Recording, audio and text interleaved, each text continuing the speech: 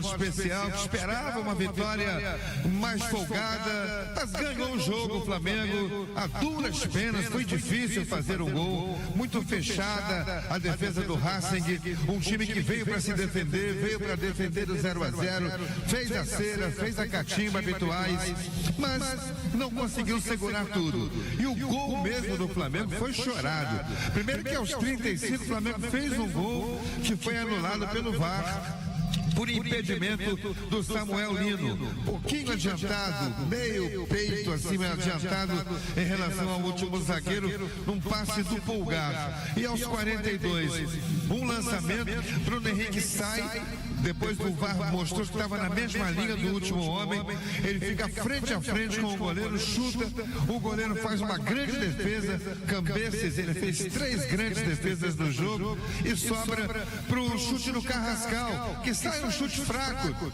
só que a bola desvia no meio campo, o volante Sousa, que atrapalhou a defesa do goleiro e vai entrando mansamente no único gol da partida. Então foi difícil o Flamengo ganhar.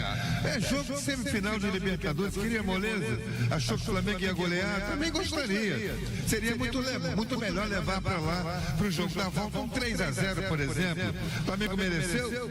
Até mereceu, mas o Flamengo peca ainda muito por finalizar pouco a gol. Trabalha bem a bola, chega na entrada da área, a bola cruza, mas quer entrar na cara do gol, na cara do goleiro, com a bola dominada, quase que praticamente sem dificuldade de fazer o gol. E não arrisca o chute de meia distância, o chute da entrada da área. O Flamengo só finaliza de dentro da área. E aí fica muito mais difícil. O goleiro Cambeses fez 2 grandes defesas, chegou a fazer essa terceira que voltou no pé do Carrascal, e ele fez o gol. O Flamengo venceu o jogo por 1-0 apenas, mas é suficiente para ter vantagem. Agora, quem vai ter que sair para jogar é o time do Racing, no jogo de volta lá na Argentina.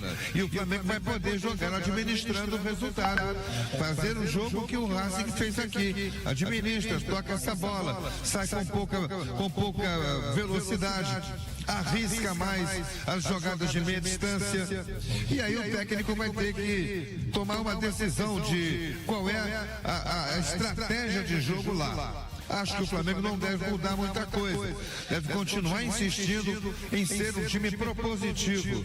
Não entendi hoje, tudo bem que quando o Arrascaeta está muito exigido, ele seja substituído, mas ele sai todo jogo. Hoje foi aos 25, 26 minutos do segundo tempo, ou seja, ele está jogando 3/4 da partida apenas, um tempo e a metade do segundo. Invariavelmente, a partir desse momento, tem sido substituído. Não é por condição física. O Arrascaeta tem um jeito mais cadenciado mesmo de jogar. Hoje, o que me pareceu que ele precisava era de alguém para estar ao lado dele, um pouquinho entre ele e o volante. Tirava o Pulgar, ou se fosse o caso, queria deixar o Pulgar, que marca mais, tirava o Jorginho e botava o Saul. Saul é um volante meia, jogador que vê muito bem o jogo do meio para frente, mete bem uma bola, aparece, chuta de meia distância, coisa que o restante do time do Flamengo não faz. Ninguém arrisca o chute ali de meia distância, entrada da área um pouquinho para fora. É sempre, o Arrascaeta chegou numa jogada no primeiro tempo ainda, em que ele tinha toda a visão do gol antes da meia-lua, mas não chutou. Ele viu a penetração do Pedro, tentou meter a bola, e aí quando o pé não está muito calibrado, a bola vai um pouco mais rápida, foi um pouco mais distante, o goleiro chegou antes do Pedro. Se ele arrisca um chute, podia ter feito o gol ali, mas ele não arrisca porque prefere sempre o passe para alguém que está mais se colocando em condição de finalização.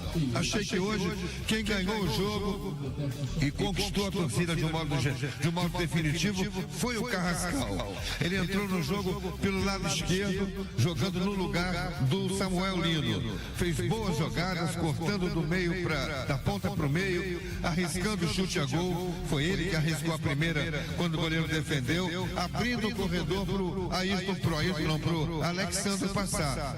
Alexandre hoje jogou mais ofensivamente, apoiando as jogadas do lado esquerdo com o Carrascal e com o Arrascaeta, que chegava perto dele. Mas o gol teimava em não sair, porque o time do Racing estava todo retrancado.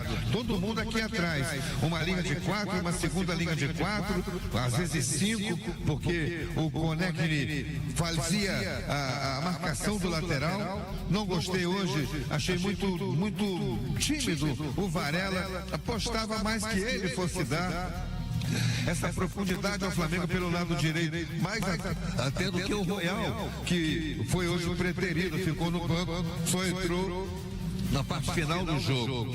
E o time do Racing praticamente não arriscou nada o jogo todo. Os números finais da partida mostram isso. O Flamengo teve 19 finalizações, sendo que 8 delas foram no gol.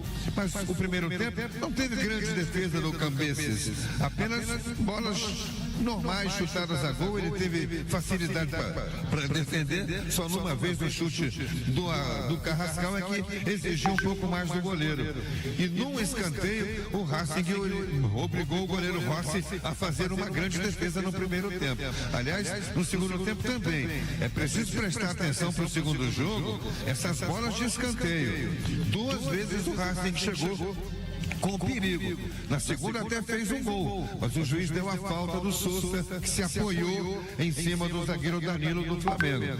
A bola bateu no travessão e entrou, mas o juiz marcou a falta. Achei até que o Rossi desistiu de tentar fazer a defesa, porque já tinha ouvido o apito do árbitro.